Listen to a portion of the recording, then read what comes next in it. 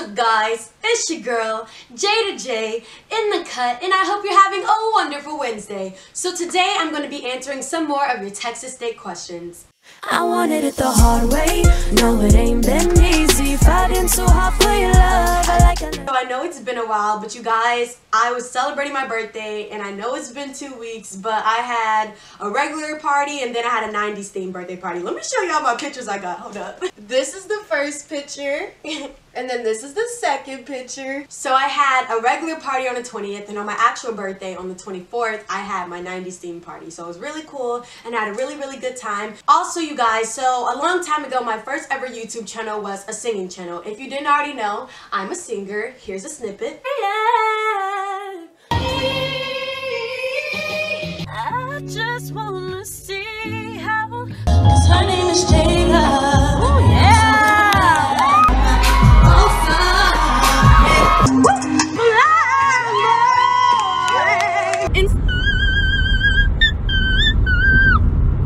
Yay! So if you guys want to hear more covers or want to hear me sing, make sure you check out my Instagram or you follow my singing channel, which will be in the description box below for the link. So let's get to the questions. Have you ever been to Las Vegas? No, I have not been to Las Vegas, but I'm thinking about going for my 21st birthday. I'm either going to do a cruise or I'm going to Vegas, but I have to see. Have you ever had any negative experiences with Campus PD? Because in my experience, they have been such... Whenever I did go in there, whenever I lost my leather jacket, I lost a leather jacket on the bus, and I went to Campus PD and I was like, hey, can you like contact the bus people or try to find my jacket for me? They acted like they did not care at all. They were like, we don't see any jacket, nobody's turned it in, so yeah. And I was just like, so what do I do next? And they just kind of like looked at me. So they weren't really helpful to me, but I wouldn't say that they were rude to me. I mean, if that is them being super, super rude, then there you go. It wasn't like a terrible experience. I was just like mad that I couldn't find my jacket and they did a poor job at helping me and assisting me. What is the gym environment like? The gym environment is very, very busy. You're going to see people playing basketball. You're going to see people playing volleyball. You're going to see people really, really working out. You're going to see like the hardcore people who come in there. You're going to see people with like personal trainers really working them out. You're going to see the girls who just go there to take selfies and act like they're really working out in a gym. You're going to see the people who you can tell it's the first time ever being in a gym, period, because they're going to look very, very lost. You're going to see the girls who are like me doing their homework and stuff, or just trying to sit still and sit pretty, waiting for somebody to holler at them. Like, you're gonna see a little bit of everything, you know. So there are some guys who literally just go there to flirt with girls, and there are some people who just go there to just actually work out. So you're gonna see a big old mix of everything. It's very busy. People seem to be like kept to themselves, but if you go like near the basketball area, near the stands, that's where people like really socialize with each other, and it's like really cliquey. So you'll see people in their little cliques, but there will be some people who will be by themselves, and you can be like, hey, how are you? Like, all of my workout buddies I met at the gym. Like, it wasn't planned for me and somebody else to go to the gym. Like, I met them at the gym, and we were like, okay, what's your schedule? Let's be consistent together. Needless to say, my last workout buddy, she was a meth head, so I was just like, you know what? Peace out. So I stopped being consistent in the gym. Can you lift beds in Steri Hall? I'm assuming that you can lift beds in Steri Hall because you can lift it in the other traditional hall. So if they just magically chose to say you can't lift the bed in Steri, that would be very sketch. So I'm just going to say yes to that.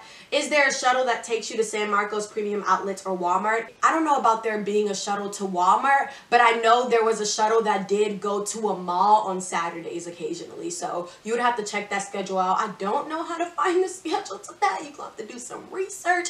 I know my friends were going one time. I was walking across campus and I was like, where are you going? They were like, to the mall. I was like, yeah, I don't have cars. They were like, we're taking a shuttle. And I was like, okay, you know, so you have to catch it by a certain amount of time and stuff. So yeah, that's pretty much all I know about that. There is a HEB like right near campus that's walking distance, so you'll be fine if you don't have a car. How thick should a mattress topper be to be comfortable? To be honest, I recommend getting a memory foam mattress topper because that's as comfortable as it's going to get. Like, I don't think there's one that's going to get any more comfortable than a memory foam one. So I recommend getting a memory foam one. To be honest, I can't be like, you need it to be 2 centimeters to be comfortable. You know, just get you a memory foam mattress topper. You'll be fine. Are dogs allowed in the dorms? If so, are there fees? So only service animals are allowed everywhere, but if you have like an emotional support animal, I think you would have to reach out to the dorms and stuff, but most likely they'll probably tell you, oh, it has to be confined or like caged somewhere, you know. This is probably something that's a pointless question, but do meal equivalencies work at any campus food place? I was looking at the food places, and some places don't list meal equivalent, can I talk? Meal equivalencies as a payment option. Meal equivalencies apply at every food court except for Commons and Harris. So there you go. Hey, I was wondering if you could talk about the college inn dorm at Texas State. Also, I love your videos and I hope to get to see you on campus or maybe even be friends. We could be cool. Just go ahead and DM me on Instagram and I would definitely respond, and let me know that you were the one who sent me that. We can be cool. I have no problem with that. As for the college inn dorm at Texas State, I know a couple people who stayed there. There's one guy who I knew who stayed there, but we don't really talk like that. The tea is hot today. But I knew anybody who stayed at College Inn, they mostly complained about it being like really, really small, and then on top of that, they complained about maintenance issues. If anything was going wrong, it took a while for it to be fixed. So those are the only things that I heard about College Inn. Other than that, people really didn't complain about it like that. Do you have any good party bus stories? There are tons of good party bus stories that I could tell y'all, but that will really expose a lot of people who go to Texas State and put a lot of people's business on blast, including my own. So, I mean, I already told y'all about one of the party bus stories where me and that girl almost got into it. The girl was like, I feel Louisiana. If you didn't know about that one, go check out my bullying advice at Texas State one and you'll see, like, you'll hear the tea about that. Anytime you go on a party bus, there's always like a pre-game on there. So you pay to get on, unless you're me and you know other people. Like, make sure you make those connections and stuff, because sometimes you will not have to pay. You pay to get on the bus, and then they have like alcohol sometimes, jungle juice, somebody will have bottles, or sometimes it's just nothing depending on which one you get on. And they take you to the club and everything. You get stamped or you get a wristband or whatever, depending on if you're underage or not. You go in there, you have a good time. There was one time when this like old man kept on trying to give me a drink, was like really like, hey, get the drink. And I was like, took the drink, pour it out, because look, guess who's not about to be roofied? Guess who's not? Okay. So basically there was an opportunity for girls to come on stage and dance on stage, and I was always like, yeah, you know what I'm saying, I'm getting lit, you know what I'm saying, you know what I'm saying. So I always love being the center of attention when it comes to like parties and getting lit. So I went on the stage and started dancing, and the guy who's in charge of letting people on stage was like, we only limiting a certain amount of people who can actually go on the stage. I think he was racist, but that's another story for another time, because after I got off the stage, he let a Latina on, and there was a bunch of Latinas on the stage. I got off the stage, and so I was like, okay, bet. Like, them girls who were on stage, I'm sorry, but the Latinas who were on stage were not just, they weren't doing it for me. So basically I went down to the middle of the floor once I saw what they were doing on stage, because they were failing drastically at doing a particular dance that I'm not going to say on YouTube. And I went down and I started doing this particular dance, and everybody surrounded me. Everybody started recording me. And then people started throwing a bunch of dollar bills. Needless to say, I made $91, and the girls who were on stage didn't make anything. So honestly, it was a blessing in disguise for me to get pulled off the stage. But it was really cool. And then after that, I got some street tacos. I think we were in San Antonio. So yeah, it was pretty cool, and it was a pretty dope night. And then I went home with somebody random, because yeah, don't do that, guys. I don't recommend it. I do not recommend going home with random people. I didn't have a car, so what I would do was, if anybody hit me up and was like, hey, like, any place tonight, I'd be like, yeah, I see you to play. You gonna give me a ride? I was like, I just need a ride there. I don't need a ride, you know, back home. And they would be like, sure, you know. So I would go ride with them, and then afterwards, I would just randomly find a way back home, because let me tell y'all, guys at Texas State be quick to say girls home, okay? You know what I'm saying? I wouldn't recommend doing that though, because it can be very unsafe, and I was just one of the lucky people who had great experiences with that. So don't test your luck. I'm going to be a sophomore in the fall, and everything seems so confusing. So any advice on picking classes, clubs, campus, and everything? Oh, club-wise, I would just say, if you want to save some money and like save some gas, get on those party buses, because you're gonna stay late anyway. So I would recommend getting on party buses. I I would recommend when you're going to clubs to get really cool with some bouncers, because I was underage and got to get in most of the 6th Street clubs that were 21 and up because I was really cool with all the bouncers, and I would be able to skip the line because the guy would like let me and my friends in through windows. So like for real, like if you don't want to wait in line, if you don't want to pay, you better become best friends with them bouncers. Girls, you better flirt. That's all I gotta say. I would say definitely, you know, try to join some organizations and get more involved. Don't be afraid to talk to anybody.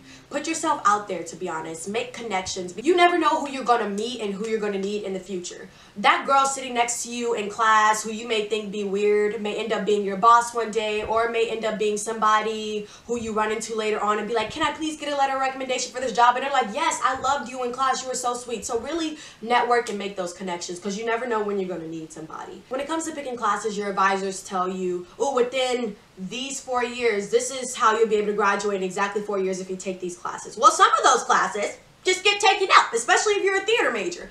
I say go ahead and take whatever classes that you can on your degree plan in whatever order, but I do recommend knocking out your basics first, because I'm a junior now and I don't have any basics. I'm just in my major and I'm about to live it up. And I'm honestly so thankful because I can really focus on my major now and not be like, oh my god, I have to worry about this one irrelevant class that I'm forced to take. Like, no. I would also recommend, when it comes to picking classes, if you aren't in any organizations or you don't have a job, take extra hours. I know that can seem like really scary, taking more than like 12 hours or so, but I took 18 hours, and the one semester that I took 18 hours and when I had all core classes was my easiest semester ever. It just depends on what classes you take with what. Sometimes you'll have teachers that don't demand as much workload as other teachers, so that's why I really recommend using Rate My Professor when you're doing that and everything, because there'll be accurate reviews. So I really recommend challenge yourself to take more hours, and if it doesn't work out and you notice yourself at the beginning already slacking. So yeah. So thank you guys for watching this video. Be sure to check the description box below and fill out the Google form and leave your video requests and comments for any questions you have and you want them to be anonymous. Definitely check out that Google form. Or if you're just like, I don't really care, ask me in the comment section below. Like and share the video if you want to hit subscribe. Comment your requests and I'll be sure to hit reply. Be sure to follow me on social media if we vibe. Thank you all for watching. See you Wednesday. Boo. Goodbye. Mwah. Hit subscribe. Hit subscribe. Hit subscribe. Like it. Hit subscribe. What?